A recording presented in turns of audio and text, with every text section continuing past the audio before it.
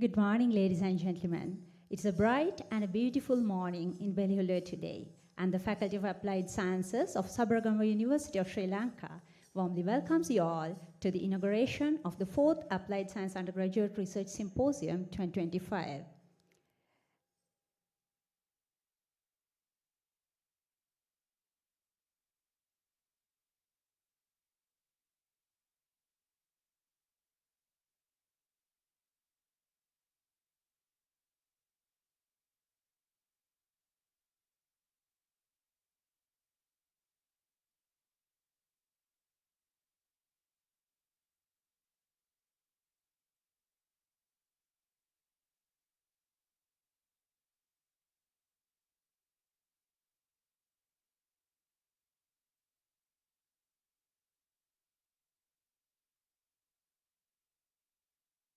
A testament to our dedication towards achieving our objective as a faculty and at the university to promote innovation, to create impact. Here we stand so proud as a faculty with the 4th edition of the Applied Sciences Undergraduate Research Symposium. In order to commence the 4th APSUS 2025, let us now light the traditional oil lamp, this time creatively digital, with the sincere hope that our efforts will inspire more and more innovations towards a smarter, resilient world.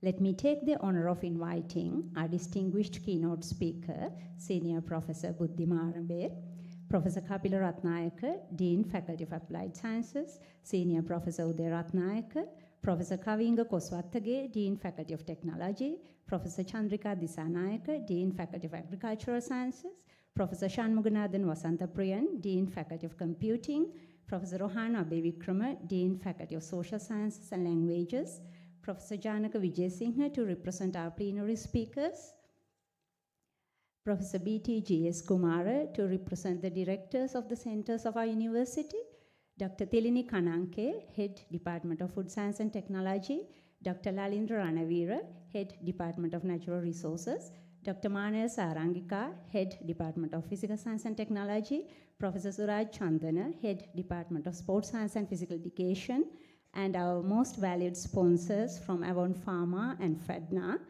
Professor Udeni Jayalal, Chair, Scientific Committee, APSUS 2025, Senior Professor Chandramali Jayawardena, Senior Professor Sunetra Gunatilaka, Mrs. K.M. Somavati, and all our department coordinators, Mrs. Amani Gunasekara, our Assistant Registrar, and one of you to represent the presenters, and also a member from the Student Union, also representing the Student Volunteer Group, and the Chair and the Secretary, Dr. Daluk Denia and Dr. Dias.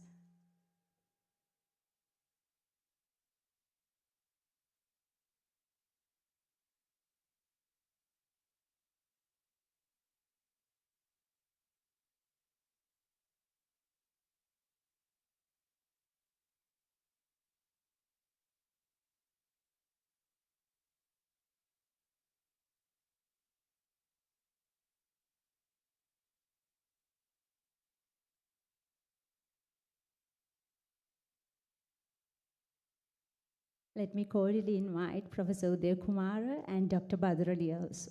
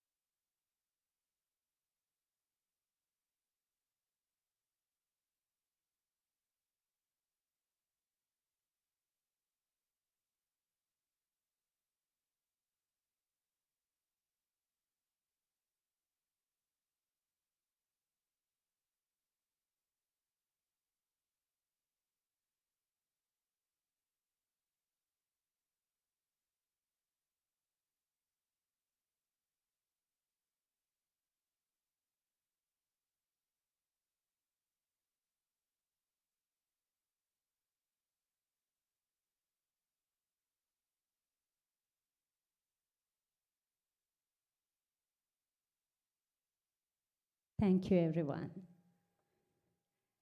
Let us now rise for the national anthem.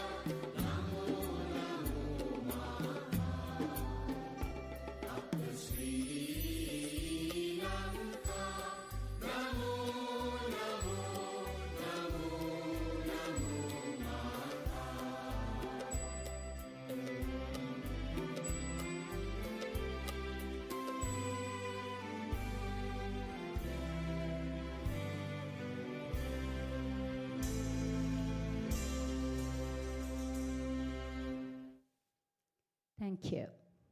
To welcome our distinguished gathering for this very special moment, let me invite Dr. Choshani Daluk-Denia, Chair, APSUS 2025, on stage.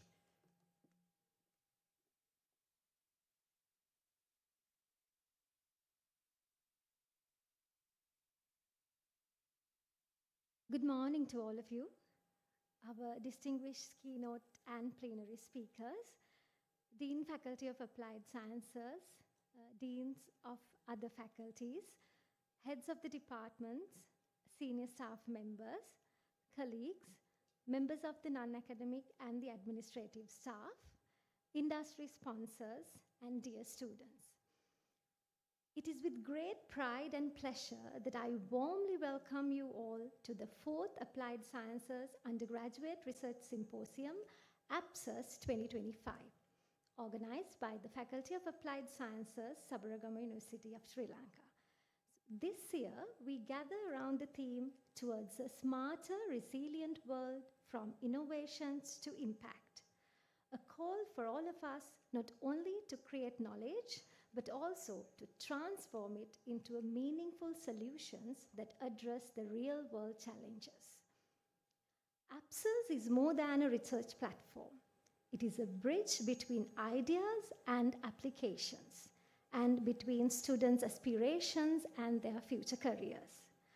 This year, the program has been enriched with pre-conference workshops ranging from abstract writing to entrepreneurship workshops and product development, offering our students the tools to take their innovations further. And in the evening, we have the Idea Ignition pitching competition, which will provide a stage for young innovators to showcase how concepts can be transformed into a market-ready solution. So I take this moment to express my heartfelt gratitude to our keynote speaker, Senior Professor Buddhimarambe sir, for graciously accepting our invitation, and our esteemed plenary speakers for sharing their expertise with our participants. And there's something special, so all the plenary speakers are alumni of our faculty. So thank you so much for giving back to the faculty. And a special word of thanks goes to our generous sponsors. We have our gold sponsor, Avon Pharma, and a FADMA group of companies for their valuable support. I would also like to extend my sincere appreciation to our Vice Chancellor, sir, the Dean, sir, Faculty of Applied Sciences, all the heads of the departments, the organizing committee, the Students' Union, and the volunteer group for their unwavering and dedication in making this event a reality. So, thank you for your enthusiasm, for your hard work, resilience. You are the heart of APSUS. Today is not only about presenting findings, but also about building connections, inspiration, collaboration, and sowing the seeds of innovation that will have a lasting impact. So I invite all of you to engage fully, exchange ideas, and leave motivated to contribute to a smarter and a more resilient world. So on behalf of the organizing committee, once again, I welcome you all to APSUS 2025. Thank you.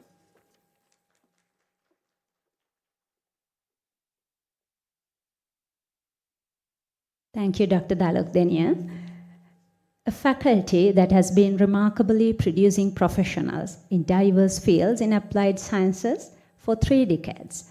The Faculty of Applied Sciences has always been guided by dynamic leaders who smartly embraced challenges and navigated the faculty with vision.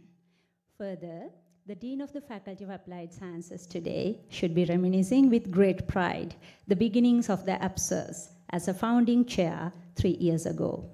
Let me cordially invite Professor Kapila Ratnayaka, Dean, Faculty of Applied Sciences, to address the gathering.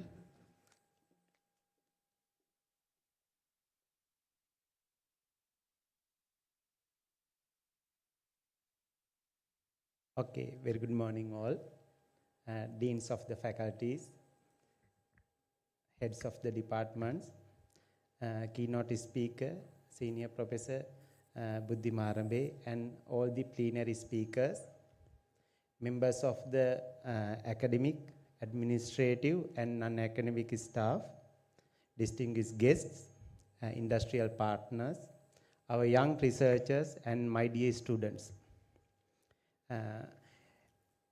It's my great pleasure to welcome you all to the 4th Applied Sciences Undergraduate Research Symposium held under the conference theme Towards a Smarter and Resilient World, from Innovative to Impact. This symposium reflects the vision by bringing together diverse range of disciplines from natural sciences to computer science and from applied sciences to sports sciences under the one academic platform. I wish to extend my sincere gratitude to the organizing committee for inviting me in this important and inspiring event.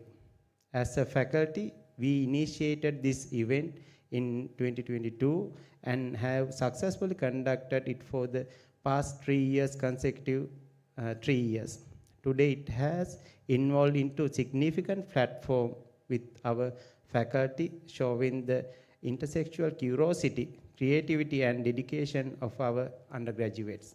So I take this opportunity to extend my heartfelt congratulations to young researchers who have worked tirelessly to produce high-quality research. So as a dean, I strongly believe that your work not only contributes to your own academic journey, but also to the knowledge-based the development needs for our nation. So Sincere appreciation also goes to the supervisors who have guided these young scholars. Further, I extended my heartfelt thanks to the Vice Chancellor for his unwavering encouragement that has made this event possible. Also, I wish to express my sincere gratitude to the Dean of the Faculty of Technology, Professor Kavinka Kossatagi, for his invaluable support. Thank you very much, sir. Also, I would like to extend my sincere thanks to Senior Professor Buddhi Marambe for accepting our invitation to serve as the keynote speaker. Thank you very much, sir. Also, as a Dean, I am extremely proud that the key members of the conference are our own products. Symposium Chair, Dr. Daluk Denia, Symposium Secretary, Dr. Dias, and Symposium Treasurer, Mr. Pathum Veerakkodi. Also, for plenary speakers, all are distinguished alumni of our faculty. Professor Vijay Singh, Professor in Food Science, Uwellasa University, Dr. Chamita D. Alvis, researcher, Nagoya University, Japan, Ms. Jayani, head of the academy, SGS Private, Lanka Private Limited, Mr. Tirina Kulukulusuriya, director, head of the Digital Solutions Dialogue, Dr. Sajit Uyangoda, senior lecturer in Sports Sciences, University of Sri Jayawardhanapura. Thank you very much, our alumni members, to accept our invitation. Thank you very much. At last but not least, I wish to thank APSAS 2025 organizing committee led by the symposium chair as well as his team. Thank you very much for your cooperation. Also, on behalf of the Faculty of Applied Sciences, I wish APSAS 2025 success, very success. Thank you very much.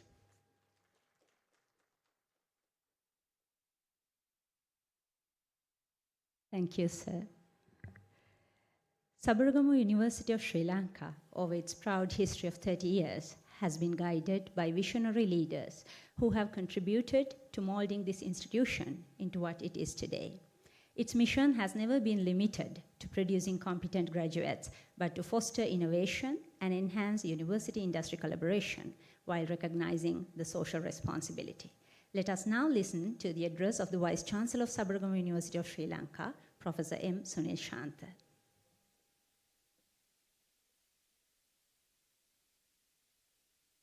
Very good morning, Dean of the Faculty of Applied Sciences, other deans of the faculties, heads of department, distinguished guests, esteemed faculty members, and our undergraduate researchers of the faculty.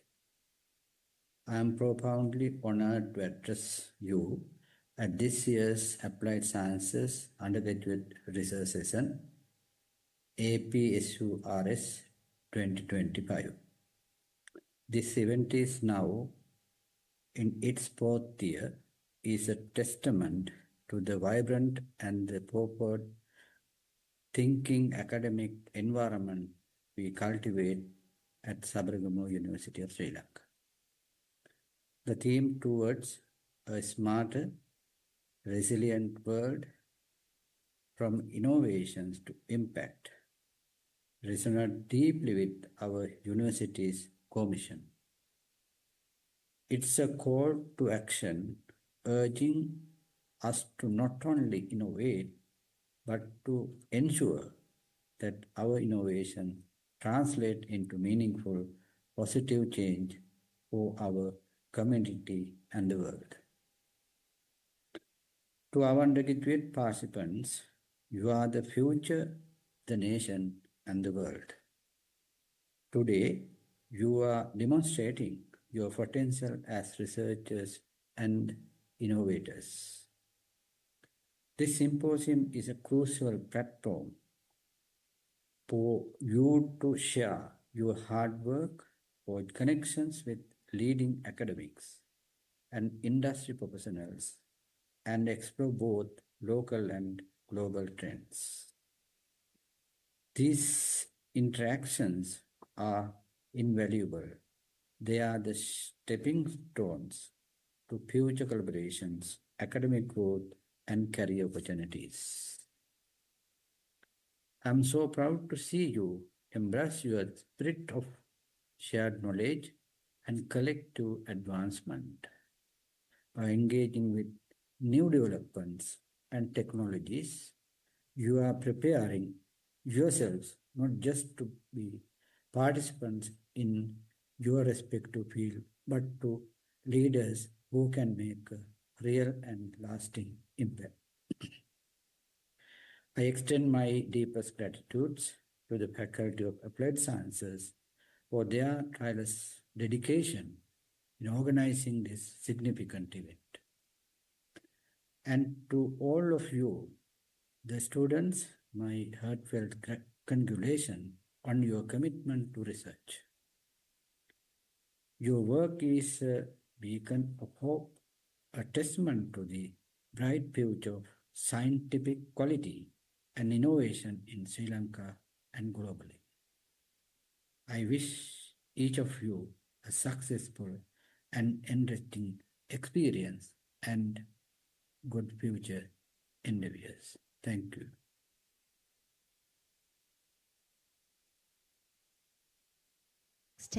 Extending our gratitude to our Vice Chancellor, Sir, we are now going to witness a performance by our own undergraduate students.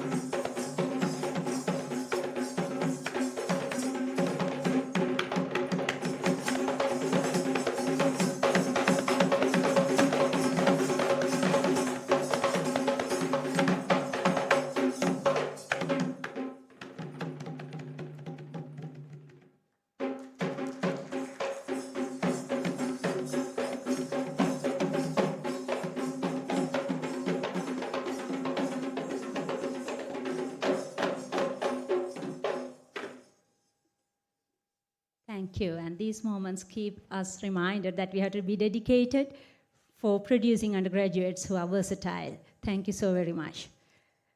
And now I would cordially invite Senior Professor Buddhimarambe, our keynote speaker, to launch the abstract book of the 4th Applied Science Undergraduate Research Symposium 2025.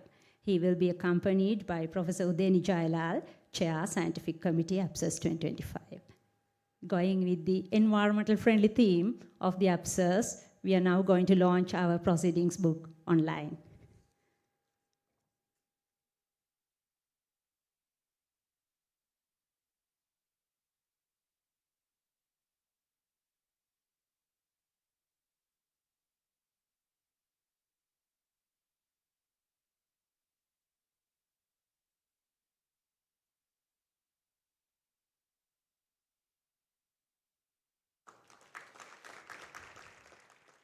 Thank you, sir. To have a distinguished scholar like you to deliver the keynote speech at this significant annual event of the Faculty of Applied Sciences, we truly feel honored and privileged.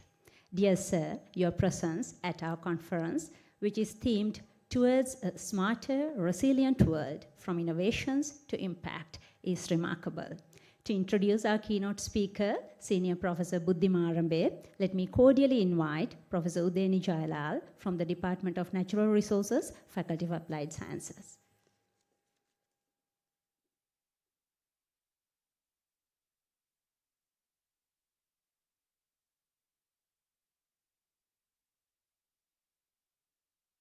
Very good morning to all. Dean of the Faculty of Applied Sciences, our keynote speaker, Senior Professor Buddhimarambe, and all the other deans of the other faculties, and all the head of the departments, and our plenary speakers, and all the guests, and our academic members, non-academic and administrative officers, and dear students. So it is very great pleasure and honor for me to introduce you as our keynote speaker. Senior Professor Buddhimarambe is a highly esteemed academic and expert in agricultural science, particularly noted for his extensive contribution to climate change, agriculture, food security, invasive species, biodiversity, and weed management. He holds a BSc in Agriculture from the University of Peradeniya, Sri Lanka, and postgraduate degree, including Master of Agriculture and Doctorate in Agriculture from Hiroshima University, Japan, specializing in plant environmental sciences. Throughout his distinguished career at the University of Peradeniya, where he has served since 1986, Professor Marambe has held several leadership roles, including head of the Department of Crop Science, Dean of the Faculty of Agriculture, and Director of various academic and research units. Senior Professor Marambe's impact extends beyond academic work into national policy and international consultancies. He has played a central role in shaping Sri Lanka's national climate change policy, agricultural policy, and biodiversity conservation strategies. His expertise has been sought in numerous government delegations for climate negotiations, invasive species management, and food security. Additionally, he has led major national and multi-country research projects focused on climate resilience, sustainable agriculture, and invasive species in Southeast Asia. Internationally, Professor Marambe is recognized for his scientific excellence, including the prestigious Lifetime Achievement Award from the International Wheat Science Society. He has contributed to and led research collaboration involving multiple countries and regularly consult for the United Nations, World Bank, FAO, UNEP, and Asian Development Bank. He also serves in key national committees on agriculture standards, climate change adaptation, and invasive species control. His prolific scholarship includes numerous research articles that are published in top-tier journals, book chapters, and edited volumes of topics ranging from weed biology, and management to climate change impact and agricultural sustainability. He is also actively involved in editorial roles for scientific journals related to agriculture and climate change.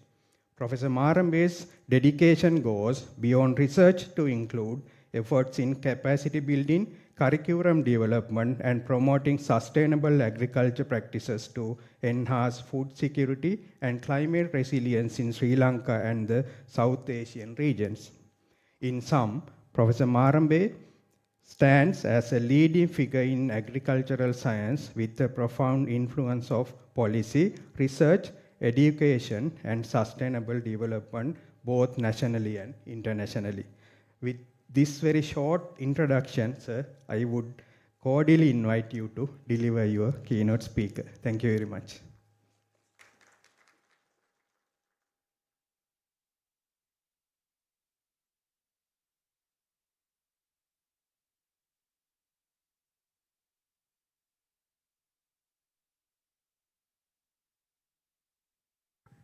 Thank you very much for that generous introduction.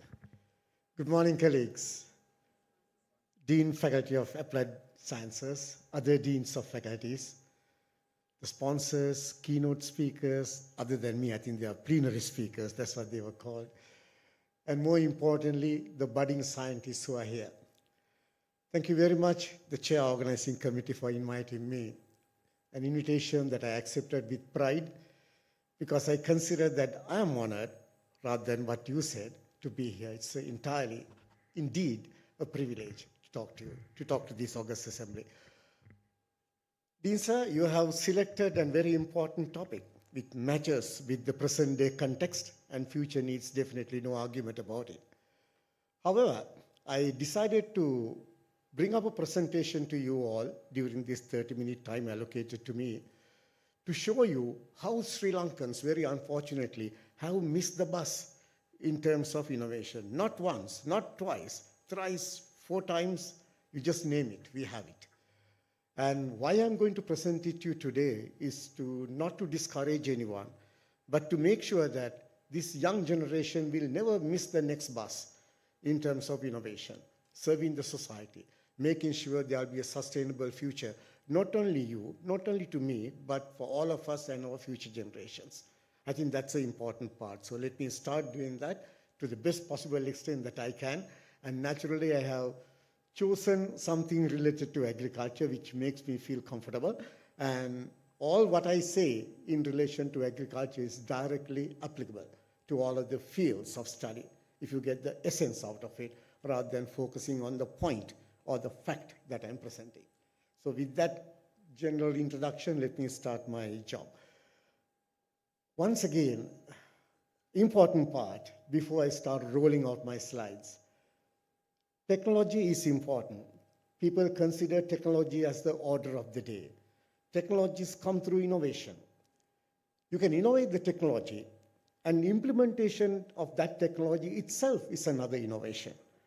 Because we borrow technology sometimes, in most of the cases, when the technology has already been invented, why worry borrowing it and applying it under Sri Lankan context? But we have to implement it in such a way that it aligns with our circumstances. That's the most important part. That itself is an innovation when you come to implementation. Dean said, then and only then we'll see the impact on ground in the Sri Lankan context. So to start on with, let me show you one slide that I'm showing my undergraduate students at Peradeniya about innovations in agriculture. Not a big deal, but to show how it has evolved over the years. This is the way it has moved forward, starting from simple digging hole, where people initially moving out of hunting animals in trying to grow crops, and they invented a tool simply to plant a seed in the soil so that allowing it to grow. The whole saga changed when people started inventing that there are something called draft animals. We can use that power, apart from human power, in order to make sure agriculture prospers. All that technology, all that we'll have to match together in trying to make it happen on ground.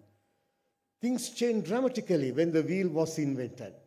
People started using two-wheel tractors since 18th century.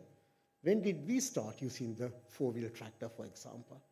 Let's look at those slides, and you will understand, very unfortunately, we have kicked out all those technologies that were introduced to this country by British colonial rulers, Sri Lankan politicians, and more importantly, the private sector. But it's a society that has kicked those things out. Very unfortunately, we are still struggling with respect to agriculture, trying to bring in new technology at this later stage. Fortunately, Sri Lankans, anyhow, were late adopters. And we have got that advantage right now. Things that we have missed centuries ago, we are now trying to utilize them, use it in the best possible way that Sri Lankan agriculture can at least take a leap jump forward during the time period that remains. That's about four-wheel tractor. Combine harvesters came in 19th century. We started using them towards the end of the 20th century, 100 years later. Agrochemicals came in the 20th century. Yes, it did. This is the only thing we adopted at the correct time, agrochemicals. We missed all other trains, buses, everything. But we made sure we entered this thanks to the Green Revolution, because people understood without feeding the plant, you cannot get food out of it. That's the important part. If you want to have food, feed the plant. And that's where the nutrition came into effect. That's where the timing of nutrition came into effect. And that's what we are doing even right now and in the foreseeable future. Then comes GMO discussion in year 2000. Sri Lanka, you must be knowing, is the first country in overall world that banned GMOs officially. That was in 1998. It lasted only 2 weeks. It was done by Ministry of Health. Lasted only 2 weeks because of massive international pressure. We had to remove the gazette notification in just 14 days' time. But even now, we don't issue import permits to bring in GMOs. And in Sinhala, we say jana vikurti karnalata. In English, we say genetically engineered or genetically modified. It has no meaning with respect to vikurti. But that's a phobia that has been created in people's mind. We have technophobia in this country. We have chemophobia in this country. People cultivate those rather than cultivating crops and growing animals, unfortunately. And that have drawn back the Sri Lankan agriculture's progress years backwards, not ahead. Unfortunate part is that. Let's talk about those things later if time permits. Then comes precision agriculture. I'm going to talk a bit more on precision agriculture during my presentation. So let me leave it there for the time being. And that's where the technological innovations have at least started working in the present day context. Then we speak of sustainable agriculture. That's the magic word right now. I'm sure you will understand. Sustainability is the most misused word in this whole planet Earth. We talk of sustainable, we talk of sustainability without seeing and even finding where is sustainability. We are still struggling to define the term called sustainability, on the other hand. But anyway, that's a magic term that drives the society forward. And that requires technology. That requires innovation. All those things that we missed in the past, we need them at least now in an upgraded mode, updated way to make sure that we adopt them on ground, to make sure the overall economy of the country prospers. Not an individual's economy, not an individual's lifestyle. It's the country's economy that we speak of, but individuals matter. This the collectivity of the individuals will finally decide on country's prosperity, isn't it? So that's exactly why we are interested in looking at these innovations. And thanks once again to the Faculty of Applied Sciences for taking up this very important topic as the theme of the conferences. Can I go back? Is it possible to go back? I'm sorry, I just pressed one button.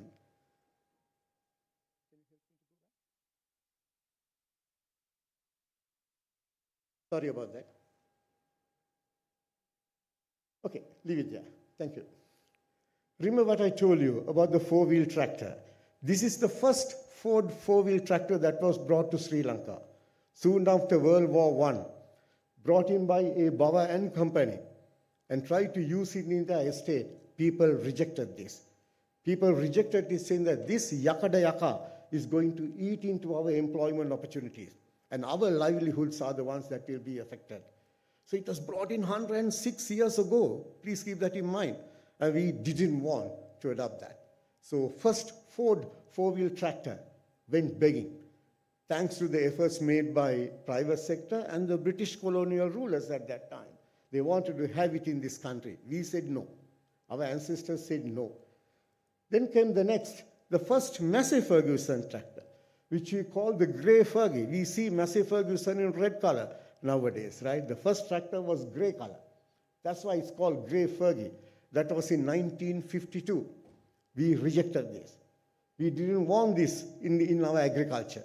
People say, no, this instrument has to be removed from the system to make sure the manual labor will be used continuously, and that can serve the society. That was a line of thinking. With all that happening, Dr. Revata Vijayawardena, well known as Ray Vijayawardena, built this masterpiece, bringing down the four-wheel tractor into a two-wheel format and trying to see how the smallholders can use it. The design was made. By that time, Dr. Ray Vijayawardena has got enough signals from the society. Mechanization, Sri Lanka says no. So in 1955, he decided to sell this design and the prototype to the Landmaster company in UK. Landmaster brought it, made the tractor, sold back the tractor to Sri Lanka, Ceylon at that time, in 1964. We also said no to that. And we were so innovative in saying yes and no, mostly no in those scenarios. And that's exactly what happened. The fate of the two-wheel tractor, which should have been in here in this country in massive scale at least 75 years ago. Very unfortunate. We missed that. Then came the first paddy harvester to Ceylon. We are still Ceylon until 1972. Politicians, private sector brought in the first mechanized paddy harvester in 1968. We completely said no, nothing doing. Our ancestors were bold enough to say no every time when the governments, politicians, private sector, academia want to go ahead with innovations in this country. Pathetic story, if you look at all these things. But all that's happening, why? It's because of this thinking that we had. If you ask a child, even now, from Colombo 7 to draw a farmer, I don't think the person will draw something different to what you see on the screen. Even you all, if I give a chance, without showing these photographs, for you to draw a paddy farmer, this amude is a characteristic thing. Without amude, you don't feel a person, a farmer, very unfortunately. This is the line of thinking that we have had for several decades. We have failed to look at a farmer like this, not even dreaming of to have a farmer or our farming community upgrade its lifestyle to this situation. Very unfortunate right now. We always love to see this scenario in a paddy field. People harvest using their sickles and carry the paddy harvest like this to Kamata to do the threshing, pressing, and so on. People fail to think it like this. People didn't want to think in this fashion, agriculture, very unfortunately. And it has paid a price for all of us, for you and me, no matter in which field we are in. We are worried about our food security. We are worried about our food availability. We are worried about the prices of food that we have access in the market. All those things because of this poor line of thinking. But things have changed dramatically, as I told you. Remember I told you, Sri Lankans are late adopters. I'm sure you are, I compare most of the Sri Lankans from Montessori kids when they come for their general end of the year celebrations and they start dancing on stage. You always find there's one outlier. When all others dance, there's always one kid who is amused always, do not know what to do, stand still, sometimes start crying. But all of a sudden, during the mid part of the concert, that child outlier get activated and started making a mess out of everything on stage. And Sri Lankans, unfortunately, colleagues, most of Sri Lankans are like that. We are late adopters. We kick out the technology at the very beginning, but when we start using them, we go crazy. We started using them beyond boundaries, beyond scope sometimes, and that's exactly what happened. Thereafter, we We started using two-wheel tractor instead of using draft animals, and we moved further and started using these combine harvesters. This is exactly how technology has come into agriculture. Combine harvesters, there's even now, at the time I'm speaking to you, there's no recommendation in Sri Lanka to use combine harvesters in paddy fields. But people use it heavily. No issue at all. We encourage people to do mechanization, bring novelties into agriculture, but no recommendation. We do not know still at what speed this combine harvester should work in a paddy field. What is the correct maturity stage that combine harvester should be used to harvest paddy? And how much loss that takes place because of the jerk that the combine harvester creates compared to different varieties. A lot of research is going on right now. I'm pretty sure in about a year's time we find solutions to all those. You cannot blame people for not doing them also, but we encourage at least without putting a lot of barriers to let this new technology coming into Sri Lanka and start being used effectively in agriculture, even without a recommendation right now. Drone technology, which I'll be talking to in a while, is at the same state. But the important point, people have started using it. Technology has been innovated somewhere. Technology has been brought into the country by private sector, and there are farmers who had the capacity to have these services in their agricultural land to make sure the productivity enhancement take place. That's the beauty of the story at the end. But I sincerely hope that people don't play havoc using these technologies. When they are not very sure of the operational mechanism, things may go wrong dramatically in most of the cases. That's what I said. We need the recommendation. I'm also to be blamed while talking this because the research was late into all these technologies after they are being introduced to the country. But the important part, again, what I repeat, is the technology is in the country. This is where technology has moved further right now. Innovations are flourishing. Innovations are coming up. People are using the technology in such a beautiful way in certain cases to make sure year-long production. We have seasonal production for most of our food crops, but we have year-long production coming up with these type of technologies and innovations. And they are in practice, as you all know, bringing up a lot of productive nature, increasing the productive nature of agriculture in this country. We didn't stop at that innovation. In 1970s, we started building up silos in this country to store products. If you go to other countries, storage is in silos. But our storage, they are like houses, isn't it? Hostels, houses. But there are little effort being made by investors to come up with silos to make sure proper storage take place. At least there are a few right now. But if you go to Anuradhapura, one private sector company on top left-hand corner is the one that was first established in this country to store maize and other grains.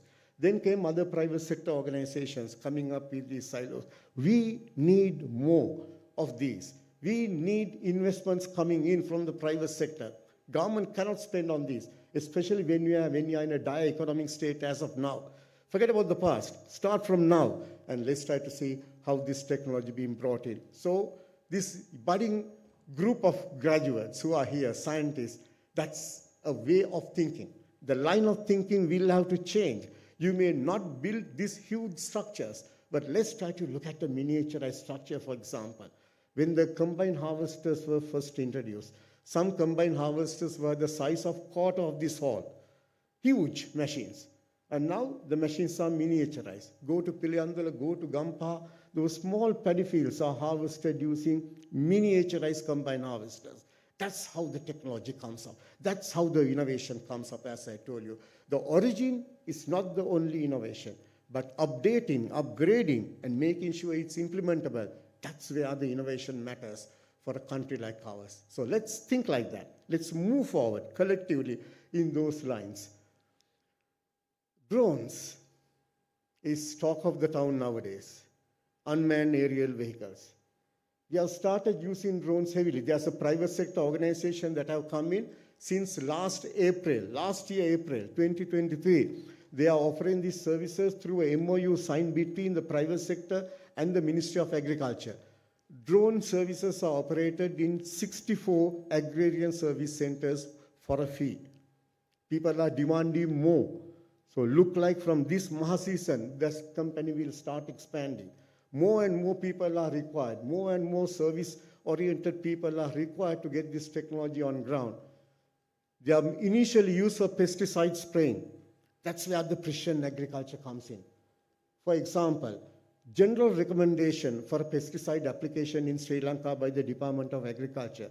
If you take 1 acre, we have 16-liter knapsack sprayers. So you use 10 16-liter knapsack sprayers per acre in terms of spraying a pesticide uniformly for 1 acre.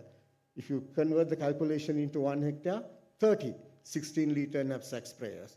But if you use this equipment right now, for 1 acre, you need only, now if you say 10 16-liter knapsack sprayers, that means 160 liters of water. Here what you need, only 20 liters of water to spray 1 acre. So you are saving 140 liters per acre when you look at the overall spraying technology and efficiency. That's where the innovation comes in. And we are using a lot of things right now, doing a lot of research work to make sure a proper recommendation is being given to the farming community, as well as to the service-oriented service providers, to make sure they use this technology effectively. Right now, unfortunately, because people were demanding it, the sprayers have been used even without a proper calibration, very unfortunately. But the insight's been done right now. A lot of people are coming into picture, calibrating sprayers, not only for pesticide spraying, but also for seed sowing in paddy. We have started doing it now. The guidelines for seed sowing were approved only just 2 weeks ago. So very soon, by the end of this month, the Department of Agriculture will definitely make sure these guidelines are released. So colleagues, these young graduates who are here, budding scientists who are here, you have this neck. Get it going further. The technology has been introduced. It needs fine-tuning. That's where your innovative thinking requires. Need to be there collectively. Go ahead and make sure the farming community and other operators are in proper place to make sure effective service-oriented function is delivered. That's exactly what we require from them. That's exactly the push that you should have coming from inert matter. Impetus, the important part to push you forward to make sure these technological innovations are in place. We are talking about such technologies at the very beginning. When the drone was first introduced, every time drone landed in a paddy field, you can look at the number of people who have become spectators. The situation is no more right now. People are used to drone operations everywhere in this country. Farming community is not amused, not surprised. 1 or 2 will come forward to see whether the uniformity of application, uniformity of seed sowing take place or not. That's a level of inquisitiveness the farming community is showing right now. They are knowledgeable. They want to know more information, and you are there to fine-tune it and make sure that they will prosper. And Sri Lanka, fortunately, right now, most likely in Southeast Asia, Sri Lanka has one company that has the largest fleet of DJI T20 and T25 drones in this country. So they are using that technology to make sure agriculture prosper. We need more these type of entrepreneurs coming into picture and to make sure they support not only agriculture, other fields that needs innovation, that need innovative thinking, at least to come up and explore the possibilities and potentials that are there. We are thinking of drones. This is how the world moving. France came up with solar roadways. Singapore is going into the next leap jump forward in the case of vertical farming. Maldives coming with renewable energy islands. Germany going ahead with biodegradable plastics. Netherlands looking at ocean cleanups, trying to make sure all debris from oceans being removed using technology. And USA coming up with more and more AI-driven technology, especially in agriculture. Please keep this in mind. Technology is innovated by us, not just by you and me, but as human beings. Let's drive the technology to support development. Let's not be driven by the technology. That's going to be killing in most cases. So let's have that control and make sure technology is put back into good service so that it will finally yield the expected results. Dean sir, as I told you at the beginning, just having a technology means nothing. If the technology is not matured enough, technology has no use. If the technology is not accessible, it has no use. If it's not affordable to a country like ours, it has less use. So make sure all these three combinations come into picture. And a field of study, be it agriculture or not, they will be supported heavily in terms of development, forgiving all the mistakes that our forefathers have done in the past, kicking out technology. Let's not kick it out again and make sure we enter into the correct bus and let the things move forward. This is our technology being used in Maldives. This is our coir material, which is made into structures. And Maldivians right now, they use this coir material and to grow food crops, vegetable crops on the sea. Now don't try to propose we have to do this here. No, that is not the case. Let this technology fly to other countries and let it bring foreign exchange.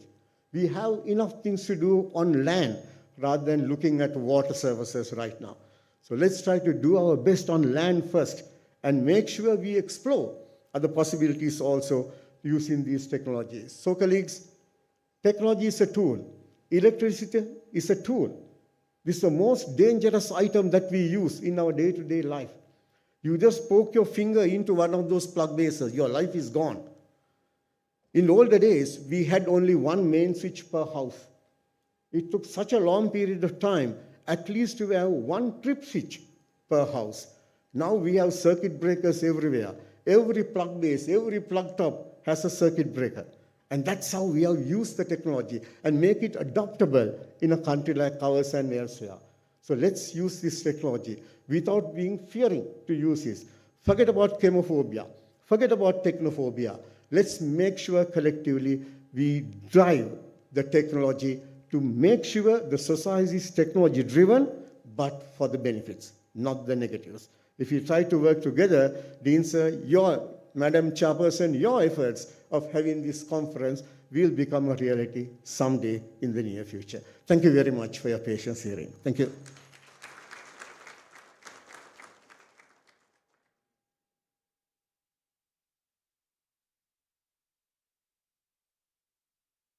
Thank you so very much, sir, for adding this word in a so unique and a significant way. Thank you so very much again.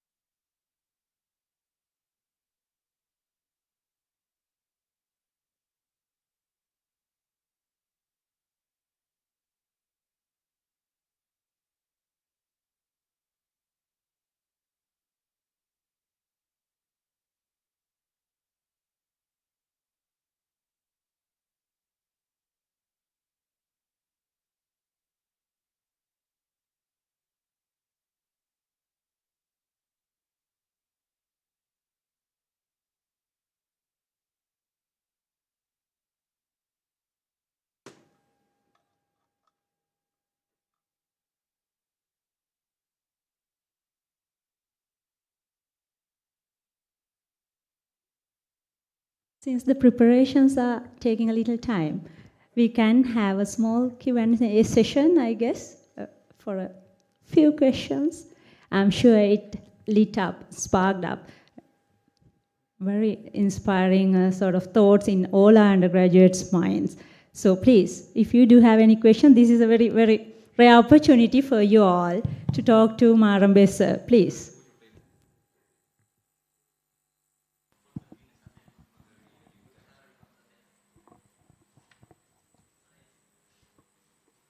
We can take 2 questions.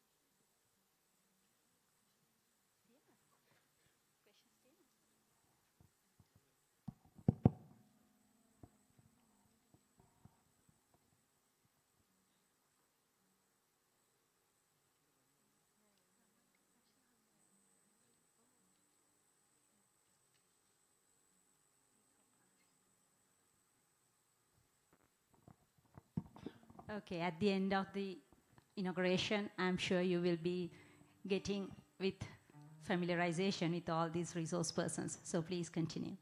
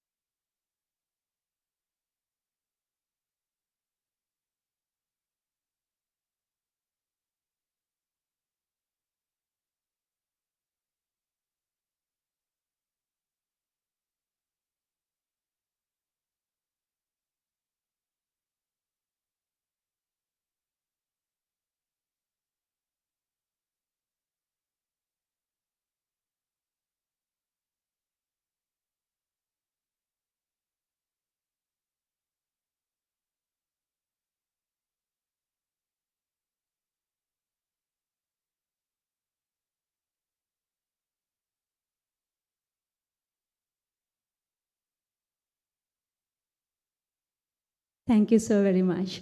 So thank you both once again, and we are proud of you. And they were coming from the Department of Physical Science and Technology and the Department of Sports Science and Physical Education. So keep up your amazing work. Congratulations.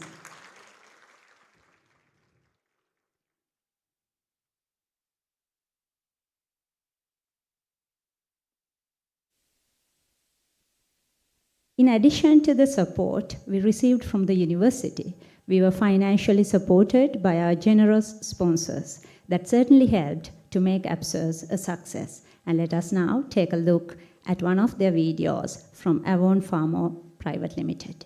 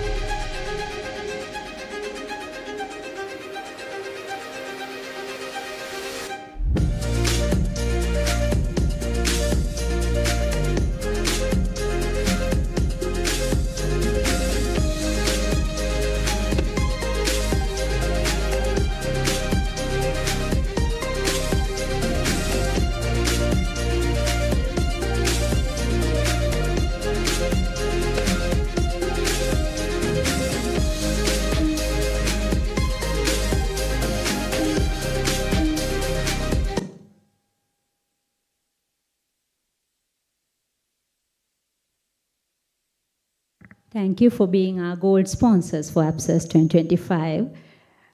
And we believe your continued support will stay with us for the future as well.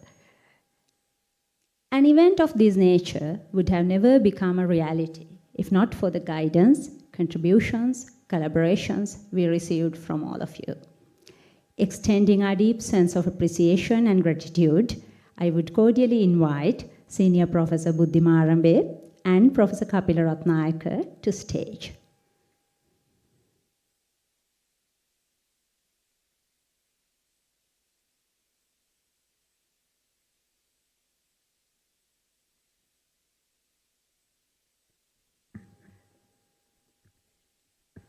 Let me invite Professor Kapila Ratnayaka, Dean, Faculty of Applied Sciences, to offer the token of appreciation to Professor Buddhimarambe, our keynote speaker.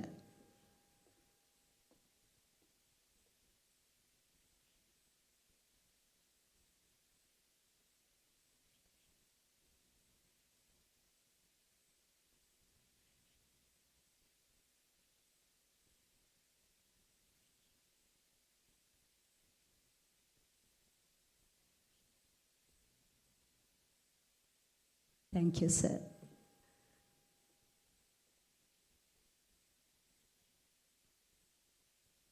I would now cordially invite Mr. Dilip K. Fernando, CEO Avon Pharmachem, our gold sponsor, and Mr. Shamendra Somatunga, Managing Director, FEDNA, on stage.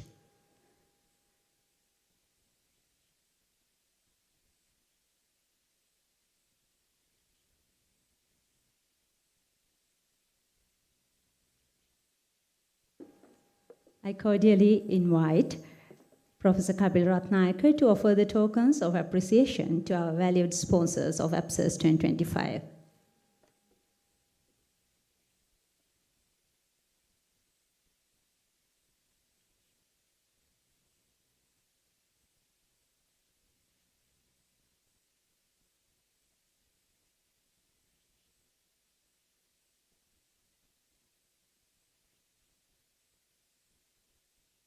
Thank you both. Let me now invite Dr. Choshani Dalukdenia, Chair APSUS 2025, on stage to pay the gratitude on behalf of the organizing committee of APSUS 2025 to Professor Kapila Ratnayaka, Dean, Faculty of Applied Sciences.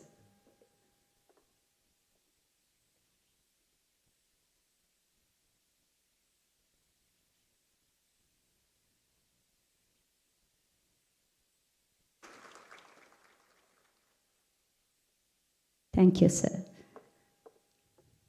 After a very successful session, We have now reached the end of the inauguration of the APSUS 2025.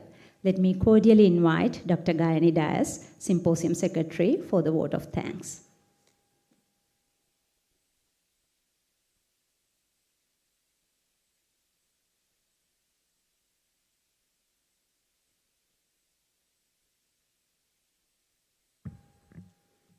Good morning, distinguished guests, deans of the faculties, heads of the departments, and senior staff members, respective colleagues, dear presenters and students, ladies and gentlemen.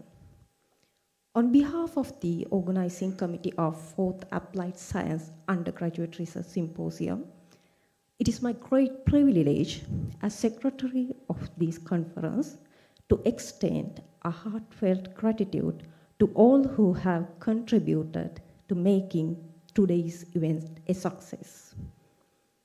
First, let me express a sincere thanks to our keynote speaker, Senior Professor Buddhi Marambe, for delivering such an inspiration address. Your insights have set the perfect tone for the rest of Symposium. We are equally grateful to our plenary speakers, our proud alumni, for being with us today and for their willingness to share their experience and expertise with us. Our deepest appreciation goes to the Vice Chancellor, Professor M. Sunil Santha, for his constant encouragement and guidance.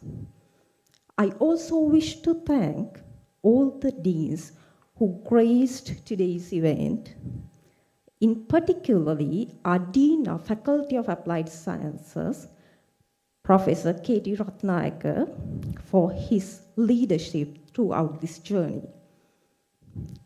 We are honored by the presence of our former Vice Chancellor, Senior Professor RMSUK Ratnayaka, and our former Dean, Professor E.P.N. Udekumara. Thank you for your continuous support to the faculty. I also extend my appreciation to the heads of the department, all academic staff, academic supportive staff, administrative staff, and non-academic staff of our faculty for their commitment and teamwork. A special word of thanks goes to the Dean of the Faculty of Technology, Professor K.R. Koswatha, and his staff members for their generous assistance in venue allocation and logistics, as well as the audio-visual unit. A very special note of thanks goes to Organizing Committee of APSUS 2025. Your dedication, late nights, hard work have been the backbone of the success of this event. We are deeply grateful to our sponsors, our gold sponsor, Avon Pharma Chem Private Limited, and other sponsors, Food and Nature Private Limited, the Applied Science Alumni, and the Sports Science and Physical Education Alumni Association for their invaluable support in making this event possible. I also acknowledge with appreciation the dedication of all subject associations of the faculty, our faculty student union, and every student who contributed their time and energy to this symposium. Finally, I extend heartfelt thanks to all individuals, named or unnamed, who have helped us in numerous ways. If I have missed anyone, please accept my sincere apologies. Thank you all once again for your generous commitment and presence here today. Let us carry this spirit collaborative towards the rest of the conference. Thank you.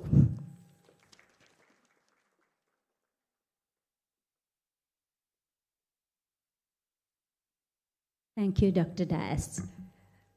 So, winding up the morning session, let us now rise for the university song.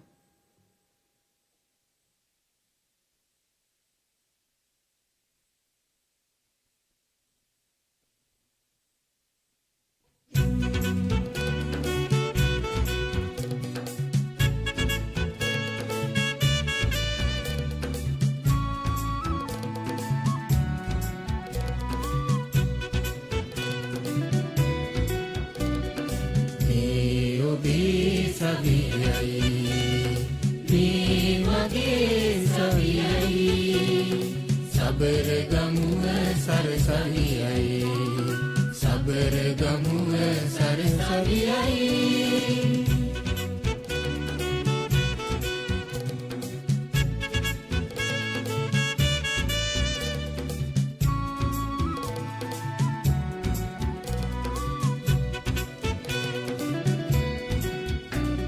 Samanala වැව පිපි නිලුම් නෙලාගෙන ගිරිකුළු අන රද මතින් ගලා යන ජීවිතයේ කඳු මුදුන් සොයාගෙන ආගල කන්ද නගින්නේ ආගල කන්ද නගින්නේ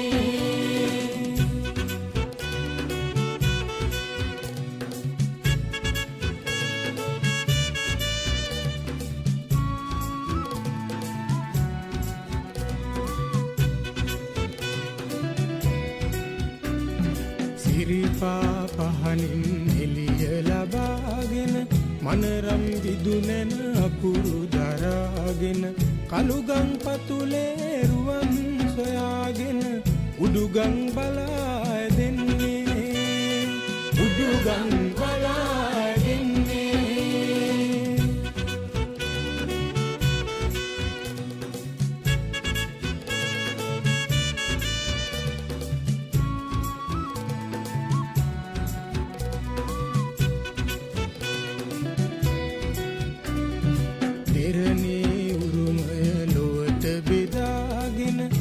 කගගින් දුදු අඳුර නසාගෙන ඔබෙත් මගෙත් හීනය කලලිවන දිනය උදාවන්නේ දිනය උදාවන්නේ මේ ඔබේ සවියයි මේ මගේ සවියයි සබරගමුව සරසවියයි Sabaragamuwa sarasaviyai.